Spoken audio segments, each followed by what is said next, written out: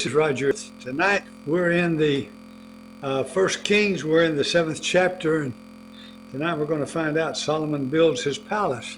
He just got through finishing the temple in 7 years. Okay, so here we go with Solomon building his own house, 13 years, and he finished his entire house. Wow. He built the house of the forest of Lebanon. Its length was 100 cubits, and its breadth 50 cubits, and its height 30 cubits, and it was,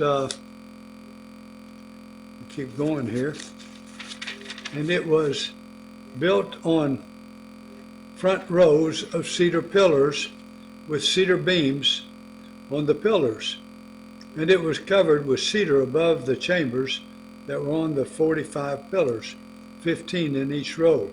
There were window frames in 3 rows and opposite windows in 3 tiers.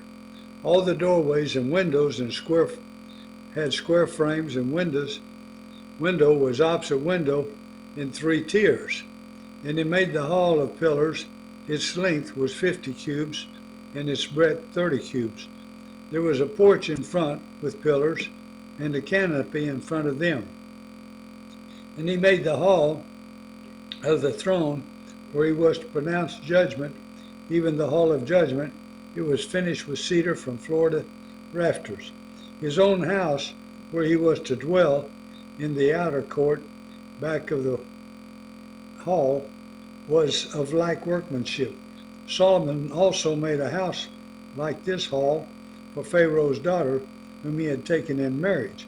All these were made of costly stones, cut according to the measure, sawed with saws, back and front, even from the foundation to the coping, and from the outside to the great court. The foundation was costly stones, huge stones, stones of 8 and 10 cubits, and above were costly stones cut according to the measurement in cedar. The great court had 3 courses of cut stone all around, and a course of cedar beams. So had the inner court of the house of the Lord and the vestibule of the house. And King Solomon sent and brought Hiram from Tyre. He was the son of a widow of the tribe of Naphtali, and his father was a man of Tyre, a worker in bronze, and he was full of wisdom and understanding and skill for making any work in bronze. He came to King Solomon and did all his work.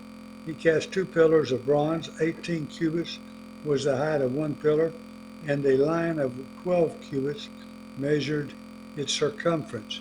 It was hollow, and its thickness was 4 fingers. The second pillar was the same. He also made 2 capitals of cast bronze to set on the tops of the pillars. The height of the one capital was 5 cubits, and the height of the other cubit was 5 cubits on the other capital.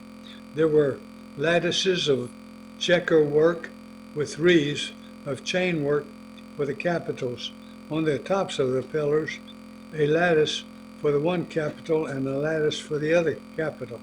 Likewise, he made pomegranates in 2 rows around the one lattice work to cover the capital that was on the top of the pillar, and he did the same with the other capital. Now the capitals that were on the tops of the pillars in the vestibules were of lily work 4 cubits. The capitals were on the 2 pillars and also above the rounded projection which were beside the lattice work. There were 200 pomegranates in 2 rows all around, and so with the other capital. He set up the pillars at the vestibule of the temple. He set up the pillar on the south and called its name Jachin, and he set up the pillar on the north and called its name Boaz. And on the tops of the pillars was lily work. Thus the work of the pillars was finished. Then he made the sea of cast metal. It was round, 10 cubits from brim to brim, and 5 cubits high, and a line of 30 cubits measured its circumference. Under its brim were gourds, for 10 cubits compassing the sea all around. The gourds were in 2 rows cast with it when it was cast. It stood on 12 oxen, 3 facing north 3 facing west, 3 facing south, and 3 facing east. The sea was set on them, and all their rear parts were inward. Its thickness was a handbreadth, and its brim was like the brim of a cap, like the flower of a lily. It held 2,000 baths. He also made the 10 stands of bronze. Each stand was 4 cubits long, 4 cubits wide, and 3 cubits high. This was the construction of the stands that had panels, and the panels were set in the frames. And on the panels that were set on the frames were lions, oxen, and cherubim. On the frames, both above and below the lions and oxen, there were wreaths of beveled work. Moreover, each stand had 4 bronze wheels and axles of bronze, and at the 4 corners were supports for a basin. The support were cast with wreaths at the side of each. Its opening was within a crown that projected upward 1 cubit. Its opening was round as a pedestal is made, a cubit and a half deep.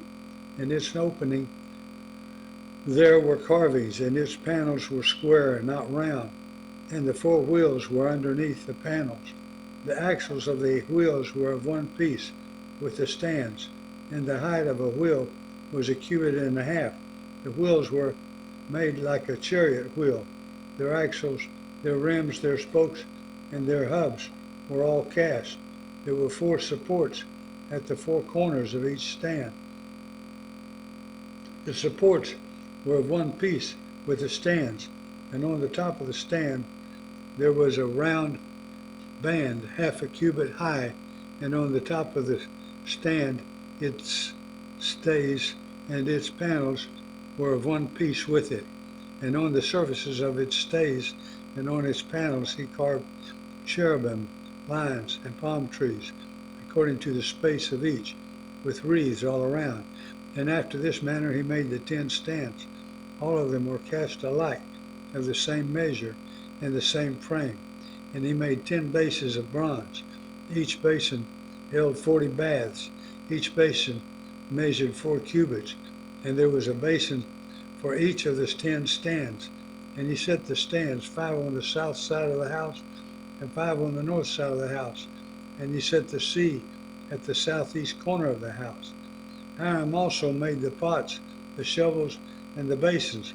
So Hiram finished all the work that he did for King Solomon on the house of the Lord.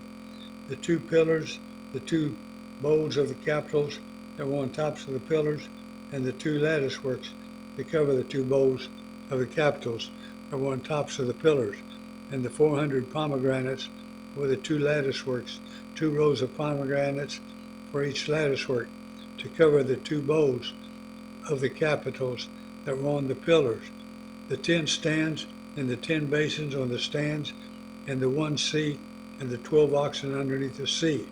Now the pots, the shovels, and the basins, all of these vessels in the house of the Lord, which Hiram made for King Solomon, were of burnished bronze in the plain of the Jordan.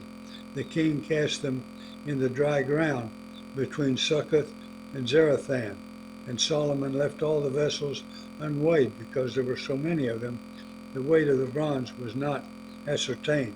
So Solomon made all the vessels that were in the house of the Lord, the golden altar, the golden table for the bread of the presence, the lampstands of pure gold, 5 on the south side and 5 on the north, before the inner sanctuary, the flowers, the lamps, and the tongs of gold, the cups, snuffers, basins, dishes for incense, and fire pans of pure gold, and the sockets of gold for the doors of the innermost part of the house, the most holy place, and for the doors of the nave of the temple.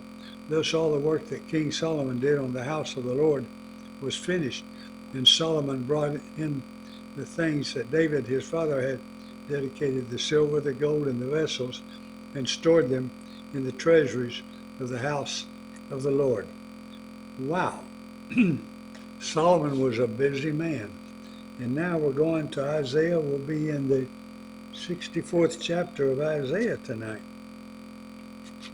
Appreciate you listening to the Word of God. Yeah, yay. We're studying the Word of God, listening to it.